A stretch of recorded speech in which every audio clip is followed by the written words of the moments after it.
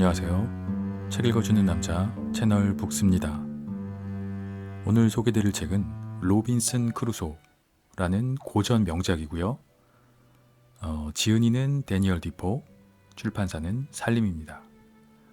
로빈슨 크루소라는 이 책은 읽어보지 않은 분들이라도 아마 제목은 많이 들어보셨을 겁니다. 로빈슨 크루소는 굉장히 유명한 제목이고 작품이고, 그 무인도라고 하면 가장 먼저 떠오르는 이름이죠. 무인도의 연관 검색어라고 할 수 있고, 그 살아남기 시리즈로 나오는 여러 가지 작품들의 패러디로도 많이 쓰이죠. 로빈슨 이런 이름을 패러디해서 나온 살아남기 시리즈가 굉장히 많죠.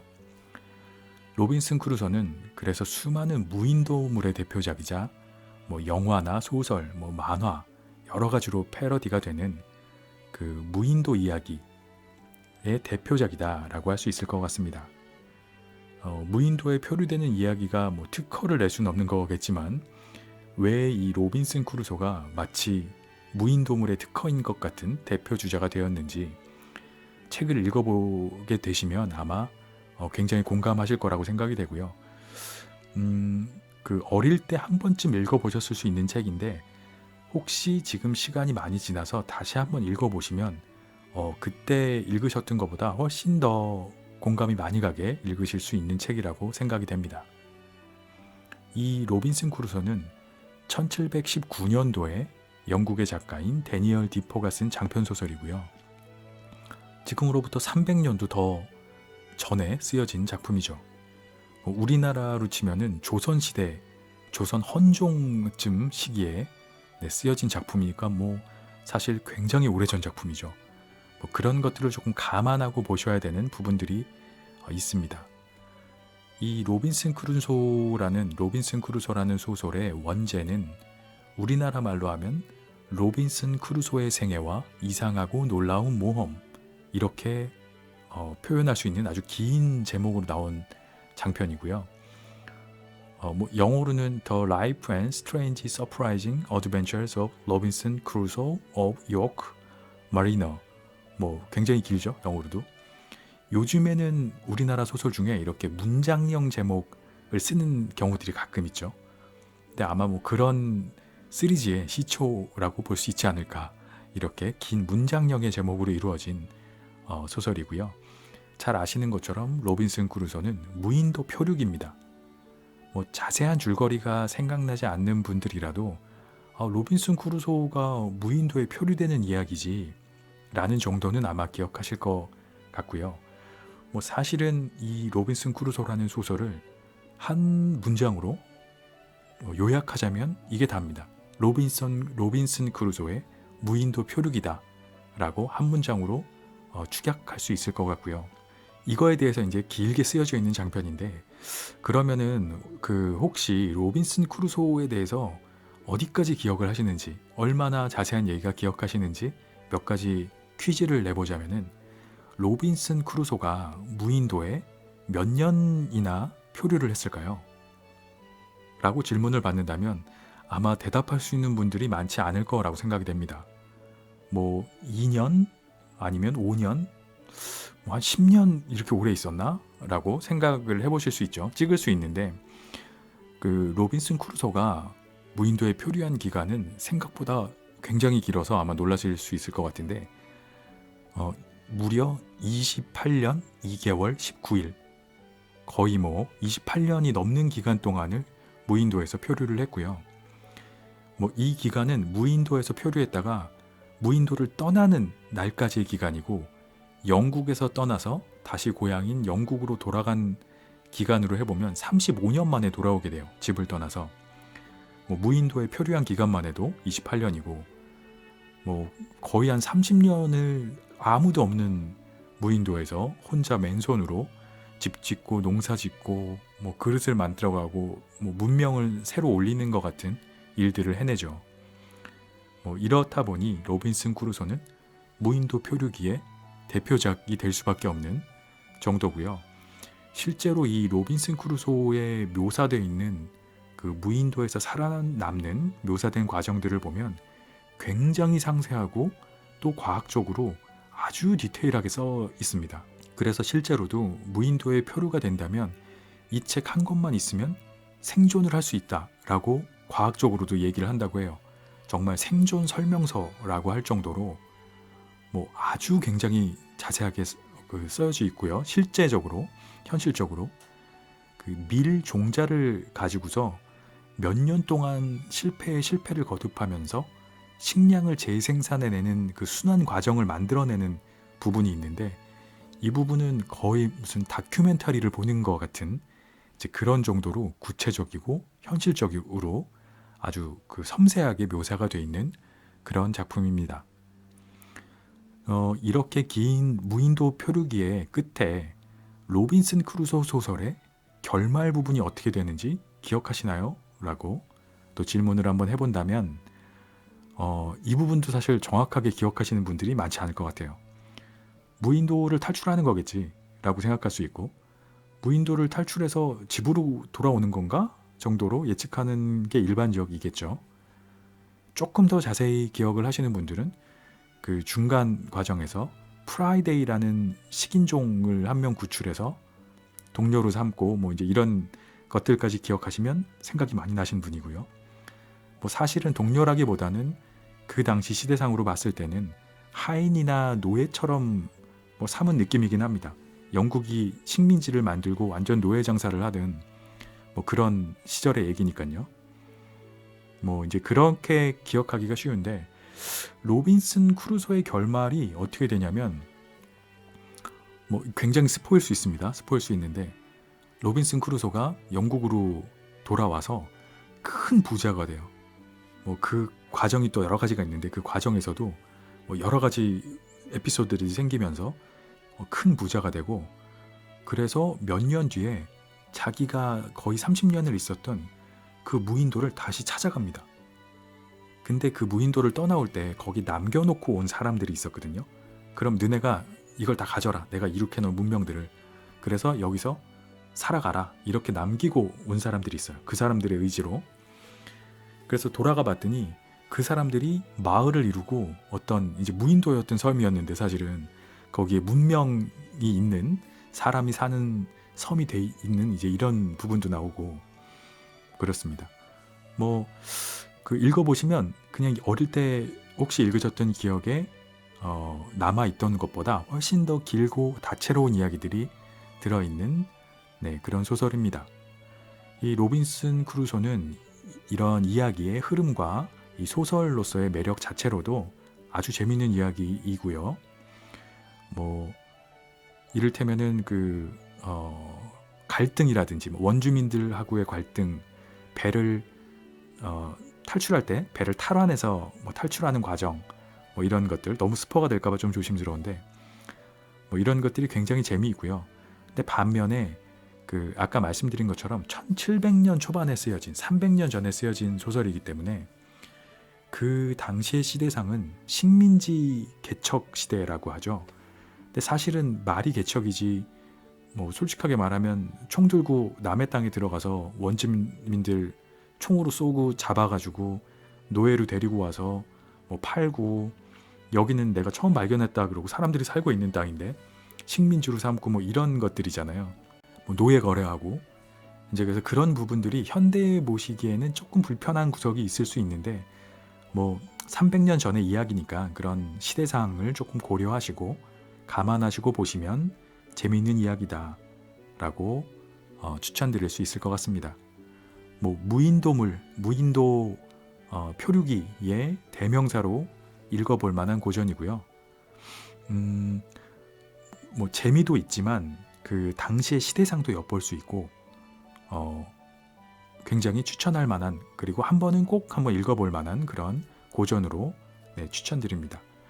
뭐 이런 그 항해를 하고 어디에 표류되고 뭐 이런 시리즈가 몇 개 있는데, 로빈슨 크루소라든지 15소년 표류기, 뭐 표류는 아니지만 보물섬, 뭐 이런 시리즈들이 몇 개가 줄거리가 조금 서로 섞이거나 헷갈리는 경우들이 있는데, 한번 읽어보시면 깨끗하게 정리가 되실 거예요. 로빈슨 크루소가 이런 이야기였구나 라고 아주 재미있게 읽으실 수 있는 명작 고전으로 추천드립니다. 로빈슨 크루소의 생애와 이상하고 놀라운 모험. 나는 1632년 요크시에서 태어났다. 우리 집안은 지역사회에서 명문은 아니지만 좋은 가문이었다. 아버지가 독일 브레멘 출신의 외국인이고 처음 정착한 곳이 헐시이기 때문이다. 아버지는 장사로 큰 재산을 모은 후 장사를 그만두고 요크로 와서 살았는데 그곳에서 로빈슨 가문의 딸인 우리 어머니와 결혼했다. 로빈슨 가문은 지역 사회에서 매우 훌륭한 가문이라 나도 어머니 집안 이름을 따서 로빈슨 크로이치 나에르로 불렸다. 그러나 영국에서는 흔히 까다로운 발음은 뭉개버리는 경향이 있었기 때문에 사람들은 그냥 크루소라고 불렀다. 우리도 이제 크루소라고 부르며 그렇게 표기한다. 친구들도 나를 늘 그렇게 불렀다. 나에게는 형이 2명 있었다. 그녀는 유명한 로카트 대령이 지휘하며 플랑드르에 주둔하던 영국 보병 연대의 중령이었는데 됴게르크 근처에서 스페인과 치른 전투에서 죽고 말았다. 작은 형이 어떻게 되었는지 나는 전혀 아는 게 없다. 마치 우리 부모가 내가 어떻게 되었는지 전혀 모르는 것이나 마찬가지다. 나는 셋째 아들이면서 뚜렷하게 어떤 직업을 위한 훈련이 되어 있지 않았기 때문에 일찍부터 내 머리는 어디를 떠돌아다니고 싶은 생각으로 가득 차 있었다. 늙은 아버지는 가정교육과 국가에서 제공하는 무상교육이 닿는 한도 내에서 나에게 제법 충분한 교육을 했고 내가 법학을 전공하길 원했다. 그러나 나는 바다로 나가는 것 말고는 어느 것에도 성이 차지 않았다. 이러한 나의 성향은 아버지의 뜻에, 아니 아버지의 명령에 정면으로 어긋나는 것이었고 어머니와 친구들의 간청과 설득도 저버리는 행위였다. 그러고 보니 나의 그러한 성향에는 닥쳐올 비참한 삶으로 나를 곧장 몰고 가는 그 무엇인가가 있는 것 같았다. 현명하고 근엄한 아버지는 미리 알아차린 나의 의도를 포기시키기 위해 진지하고 탁월한 조언을 해주었다. 어느 날 아침 관절염 때문에 마음대로 움직이지 못하는 아버지가 방으로 나를 불러 이 문제에 대해 아주 온화하게 타일렀다. 아버지는 순전히 방랑해 보겠다는 이유 말고 집과 고국을 떠나겠다는 이유가 도대체 뭐냐고 물었다. 이 나라에서는 열심히 일하면 제법 이름도 알려지고 큰 재산을 모을 수 있고 인생을 편하고 즐겁게 살 수 있지 않느냐고 말했다. 외국으로 모험을 찾아 떠나는 사람이나 투기로 출세하는 사람, 평범한 길을 벗어난 사업에서 유명해지는 사람들은 절망적인 운세나 의욕에 넘치는 운세를 타고난 사람들이라는 것이다. 그러나 나는 그런 일을 하기에는 너무 아깝거나 한참 모자라는 인물이며 내가 속한 곳은 중산층이거나 하류층에 속한 상류층이라고 할 수 있으며 바로 그것이 세상에서 가장 좋은 상태, 다시 말해 사람이 행복을 느끼기에 가장 적합한 상태라는 것을 아버지는 오랜 경험으로 안다고 했다. 하류층 인간들처럼 비참과 고난, 노동과 순환에 노출될 필요가 없고 상류층 인간들처럼 자존심, 사치, 야망, 시기심으로 마음고생을 할 필요가 없다는 것이었다. 그는 중산층이 행복하다는 것은 이거 한 가지만 봐도 안다고 했다. 다시 말해서 모든 사람들이 중산층을 부러워한다는 것, 왕들이 태어나 높은 위치에 있다는 이유로 비참한 결과를 맞은 것을 자주 한탄해왔다는 것, 왕들은 천박함과 위대함이라는 양극단의 중간쯤에 태어나기를 바랐다는 것, 그 현명한 솔로몬 왕도 빈곤이나 부를 갖지 않게 해달라고 기도했을 때 중산층이 참된 복에 참된 기준이라는 사실을 증언한다는 것 등을 보면 알 수 있다는 것이었다. 아버지는 나더러 잘 관찰할 것을 명했다. 즉 인생의 재앙은 상류층과 하류층끼리만 나누어 갖는다는 사실을 나도 알 것이라 했다. 중산층의 재앙을 제일 적게 겪을 것이며 상류층이나 하류층이 겪는 그 많은 인생 무상에 접하지 않을 것이라고 틀림없이 그렇다고 했다. 중산층은 신체적으로나 정신적으로 그 숱한 병과 불안에 시달리지 않는 것과 달리 상류층은 방탕한 생활과 사치와 낭비에 의해 하류층은 노동과 생필품 부족과 형편없고 불충분한 식사로 인해 그들이 밟는 생활 방식의 필연적인 결과로 자신들에게 신체적, 정신적 병을 몰아온다는 것이었다.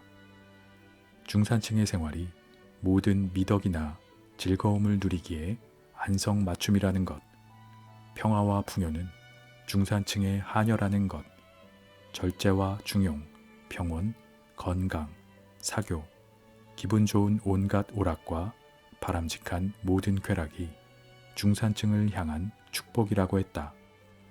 인간들은 이런 식으로 조용히 순탄하게 세상을 헤쳐나가고 편안하게 세상을 벗어날 수 있다는 것이었다. 육체 노동이나 정신 노동에 시달릴 것도 없고 매일매일 끼니를 위해 노예로 팔려나가지도 않고 영혼에서 평화를 탈취하고 신체에서 휴식을 탈취하는 혼란된 상황으로 시달릴 필요도 없으며 질투의 감정이나 큰 것을 얻으려고 남몰래 불태우는 야망의 탐욕으로 분노에 찰 필요도 없다는 것. 손쉬운 환경에서 세상을 온건하게 미끄러지듯 통과하며 인생의 쓴맛이 아니라 단맛을 보며 행복을 감지하고 매일매일 경험에 의해 그 행복을 더 어른스럽게 인식하는 법을 터득해야 한다고 했다. 이 말을 하고 나서 아버지는 내 손을 힘주어 잡고는 극히 다정한 어조로 나더러 철없이 굴지 말라고 일렀고 내가 태어난 환경과 계층이 밀어낸 비참함 속으로 나 자신을 빠뜨리지 말라고 말했다. 또 나는 내가 먹을 빵을 찾아다닐 필요가 없으며 자신이 나를 잘 보살펴 줄 것이며 방금 나에게 추천한 계층 속으로 안착하도록 노력하시겠다고 했다. 그런데도 내가 그런 세계 속에서 편안하지 못하고 행복하지 않다면 그것은 순전히 내 팔자거나 내 잘못임에 틀림없다는 것. 나에게 해가 될 것을 뻔히 아는 그런 행동에 대해 경고하는 의무를 다했으니 이제 자신으로서도 더 할 일이 없다고 말했다. 한마디로 말해 아버지가 지시한 대로 집에 눌러앉아 자리를 잡는다면 나에게 이로울 여러 가지 일을 다 하겠지만 집을 떠나도록 격려할 만큼 나의 불행까지 돌볼 여력은 없다는 것이었다. 말을 마치기 위해 아버지는 큰형의 이야기를 예로 들었다. 아버지는 형에게도 그 지역 전쟁에 가지 못하도록 지금 나에게 하는 것과 똑같이 진지한 설득을 했다는 것이다. 그러나 그 설득은 먹히지 않았고 형은 객기를 부리며 전쟁에 가서 결국 죽었다는 것이다.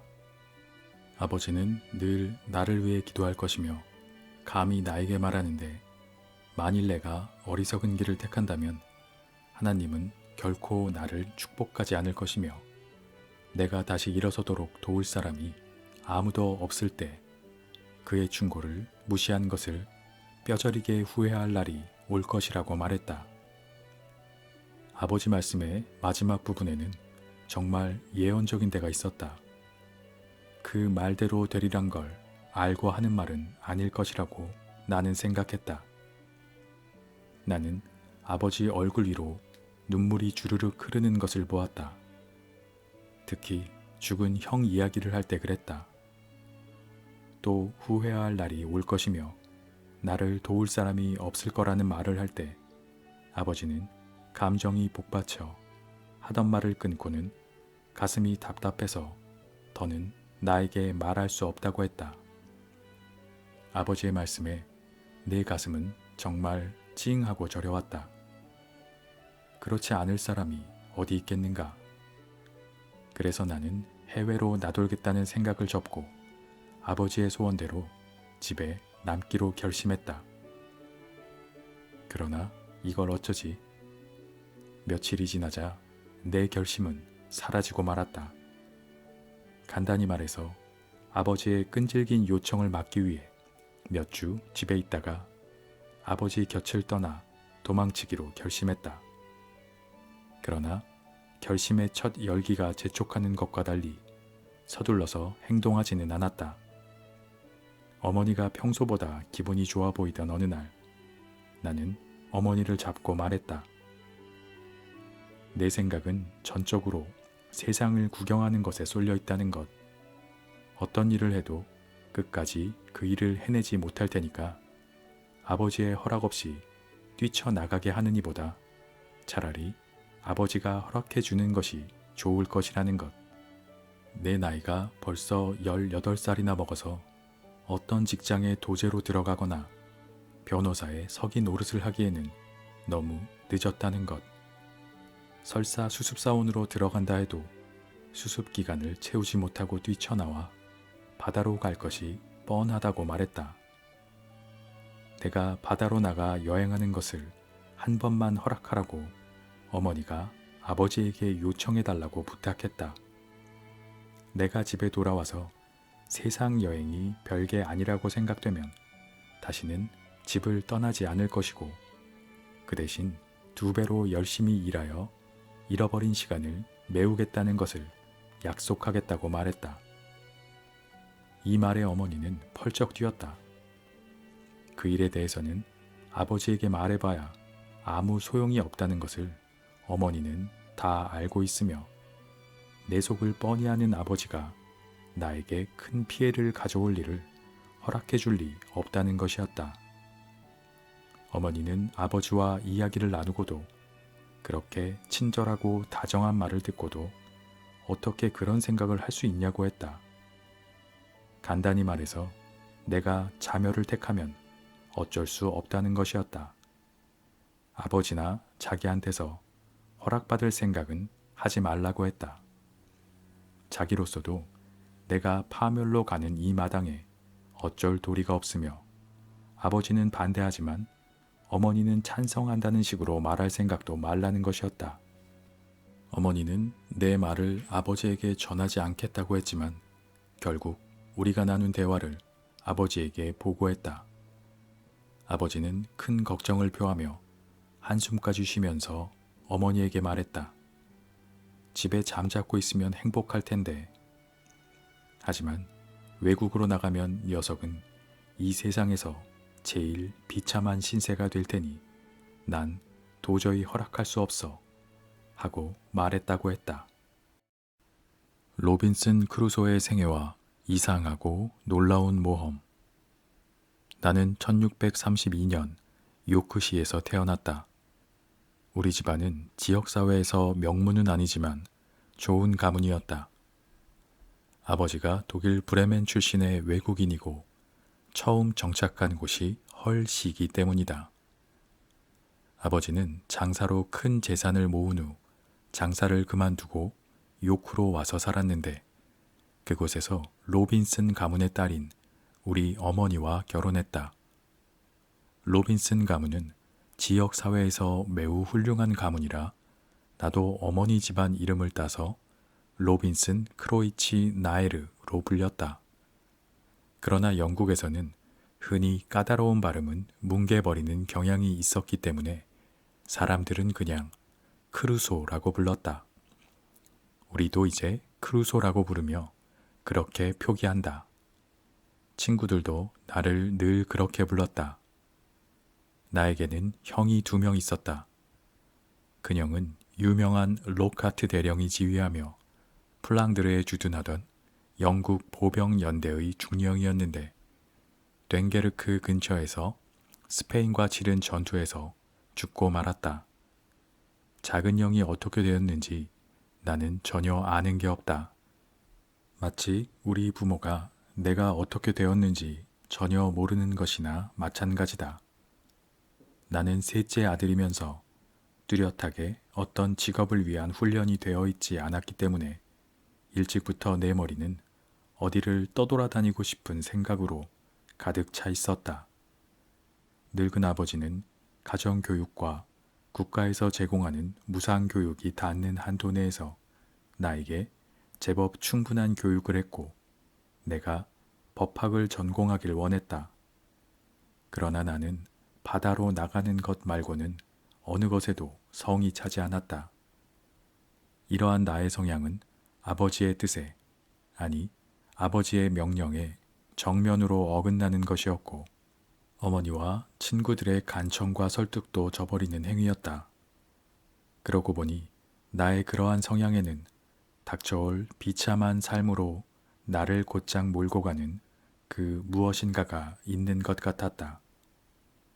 현명하고 근엄한 아버지는 미리 알아차린 나의 의도를 포기시키기 위해 진지하고 탁월한 조언을 해주었다. 어느 날 아침 관절염 때문에 마음대로 움직이지 못하는 아버지가 방으로 나를 불러 이 문제에 대해 아주 온화하게 타일렀다. 아버지는 순전히 방랑해 보겠다는 이유 말고 집과 고국을 떠나겠다는 이유가 도대체 뭐냐고 물었다. 이 나라에서는 열심히 일하면 제법 이름도 알려지고 큰 재산을 모을 수 있고 인생을 편하고 즐겁게 살 수 있지 않느냐고 말했다. 외국으로 모험을 찾아 떠나는 사람이나 투기로 출세하는 사람, 평범한 길을 벗어난 사업에서 유명해지는 사람들은 절망적인 운세나 의욕에 넘치는 운세를 타고난 사람들이라는 것이다. 그러나 나는 그런 일을 하기에는 너무 아깝거나 한참 모자라는 인물이며 내가 속한 곳은 중산층이거나 하류층에 속한 상류층이라고 할 수 있으며 바로 그것이 세상에서 가장 좋은 상태, 다시 말해 사람이 행복을 느끼기에 가장 적합한 상태라는 것을 아버지는 오랜 경험으로 안다고 했다. 하류층 인간들처럼 비참과 고난, 노동과 순환에 노출될 필요가 없고 상류층 인간들처럼 자존심, 사치, 야망, 시기심으로 마음고생을 할 필요가 없다는 것이었다. 그는 중산층이 행복하다는 것은 이거 한 가지만 봐도 안다고 했다. 다시 말해서 모든 사람들이 중산층을 부러워한다는 것, 왕들이 태어나 높은 위치에 있다는 이유로 비참한 결과를 맞은 것을 자주 한탄해 왔다는 것, 왕들은 천박함과 위대함이라는 양극단의 중간쯤에 태어나기를 바랐다는 것, 그 현명한 솔로몬 왕도 빈곤이나 부를 갖지 않게 해달라고 기도했을 때 중산층이 참된 복의 참된 기준이라는 사실을 증언한다는 것 등을 보면 알 수 있다는 것이었다. 아버지는 나더러 잘 관찰할 것을 명했다. 즉 인생의 재앙은 상류층과 하류층끼리만 나누어 갖는다는 사실을 나도 알 것이라 했다. 중산층의 재앙을 제일 적게 겪을 것이며 상류층이나 하류층이 겪는 그 많은 인생 무상에 접하지 않을 것이라고 틀림없이 그렇다고 했다. 중산층은 신체적으로나 정신적으로 그 숱한 병과 불안에 시달리지 않는 것과 달리 상류층은 방탕한 생활과 사치와 낭비에 의해 하류층은 노동과 생필품 부족과 형편없고 불충분한 식사로 인해 그들이 밟는 생활 방식의 필연적인 결과로 자신들에게 신체적, 정신적 병을 몰아온다는 것이었다. 중산층의 생활이 모든 미덕이나 즐거움을 누리기에 안성맞춤이라는 것, 평화와 풍요는 중산층의 한여라는 것, 절제와 중용, 평온, 건강, 사교, 기분 좋은 온갖 오락과 바람직한 모든 쾌락이 중산층을 향한 축복이라고 했다. 인간들은 이런 식으로 조용히 순탄하게 세상을 헤쳐나가고 편안하게 세상을 벗어날 수 있다는 것이었다. 육체 노동이나 정신 노동에 시달릴 것도 없고 매일매일 끼니를 위해 노예로 팔려 나가지도 않고 영혼에서 평화를 탈취하고 신체에서 휴식을 탈취하는 혼란된 상황으로 시달릴 필요도 없으며 질투의 감정이나 큰 것을 얻으려고 남몰래 불태우는 야망의 탐욕으로 분노에 찰 필요도 없다는 것.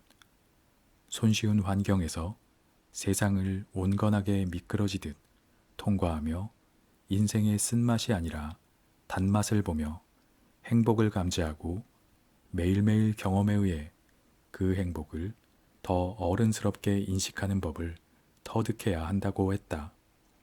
이 말을 하고 나서 아버지는 내 손을 힘주어 잡고는 극히 다정한 어조로 나더러 철없이 굴지 말라고 일렀고 내가 태어난 환경과 계층이 밀어낸 비참함 속으로 나 자신을 빠뜨리지 말라고 말했다. 또 나는 내가 먹을 빵을 찾아다닐 필요가 없으며 자신이 나를 잘 보살펴 줄 것이며 방금 나에게 추천한 계층 속으로 안착하도록 노력하시겠다고 했다. 그런데도 내가 그런 세계 속에서 편안하지 못하고 행복하지 않다면 그것은 순전히 내 팔자거나 내 잘못임에 틀림없다는 것. 나에게 해가 될 것을 뻔히 아는 그런 행동에 대해 경고하는 의무를 다했으니 이제 자신으로서도 더 할 일이 없다고 말했다. 한마디로 말해 아버지가 지시한 대로 집에 눌러앉아 자리를 잡는다면 나에게 이로울 여러 가지 일을 다 하겠지만 집을 떠나도록 격려할 만큼 나의 불행까지 돌볼 여력은 없다는 것이었다. 말을 마치기 위해 아버지는 큰형의 이야기를 예로 들었다. 아버지는 형에게도 그 지역 전쟁에 가지 못하도록 지금 나에게 하는 것과 똑같이 진지한 설득을 했다는 것이다. 그러나 그 설득은 먹히지 않았고 형은 객기를 부리며 전쟁에 가서 결국 죽었다는 것이다. 아버지는 늘 나를 위해 기도할 것이며 감히 나에게 말하는데 만일 내가 어리석은 길을 택한다면 하나님은 결코 나를 축복하지 않을 것이며 내가 다시 일어서도록 도울 사람이 아무도 없을 때 그의 충고를 무시한 것을 뼈저리게 후회할 날이 올 것이라고 말했다. 아버지 말씀의 마지막 부분에는 정말 예언적인 데가 있었다.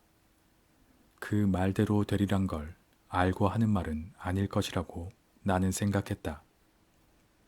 나는 아버지 얼굴 위로 눈물이 주르륵 흐르는 것을 보았다. 특히 죽은 형 이야기를 할 때 그랬다. 또 후회할 날이 올 것이며 나를 도울 사람이 없을 거라는 말을 할 때 아버지는 감정이 복받쳐 하던 말을 끊고는 가슴이 답답해서 더는 나에게 말할 수 없다고 했다. 아버지의 말씀에 내 가슴은 정말 찡하고 저려왔다. 그렇지 않을 사람이 어디 있겠는가. 그래서 나는 해외로 나돌겠다는 생각을 접고 아버지의 소원대로 집에 남기로 결심했다. 그러나 이걸 어쩌지? 며칠이 지나자 내 결심은 사라지고 말았다. 간단히 말해서 아버지의 끈질긴 요청을 막기 위해 몇 주 집에 있다가 아버지 곁을 떠나 도망치기로 결심했다. 그러나 결심의 첫 열기가 재촉하는 것과 달리 서둘러서 행동하지는 않았다. 어머니가 평소보다 기분이 좋아 보이던 어느 날 나는 어머니를 잡고 말했다. 내 생각은 전적으로 세상을 구경하는 것에 쏠려 있다는 것. 어떤 일을 해도 끝까지 그 일을 해내지 못할 테니까 아버지의 허락 없이 뛰쳐나가게 하는 이보다 차라리 아버지가 허락해 주는 것이 좋을 것이라는 것. 내 나이가 벌써 18살이나 먹어서 어떤 직장에 도제로 들어가거나 변호사의 서기 노릇을 하기에는 너무 늦었다는 것. 설사 수습사원으로 들어간다 해도 수습 기간을 채우지 못하고 뛰쳐나와 바다로 갈 것이 뻔하다고 말했다. 내가 바다로 나가 여행하는 것을 한 번만 허락하라고 어머니가 아버지에게 요청해달라고 부탁했다. 내가 집에 돌아와서 세상 여행이 별게 아니라고 생각되면 다시는 집을 떠나지 않을 것이고 그 대신 2배로 열심히 일하여 잃어버린 시간을 메우겠다는 것을 약속하겠다고 말했다. 이 말에 어머니는 펄쩍 뛰었다.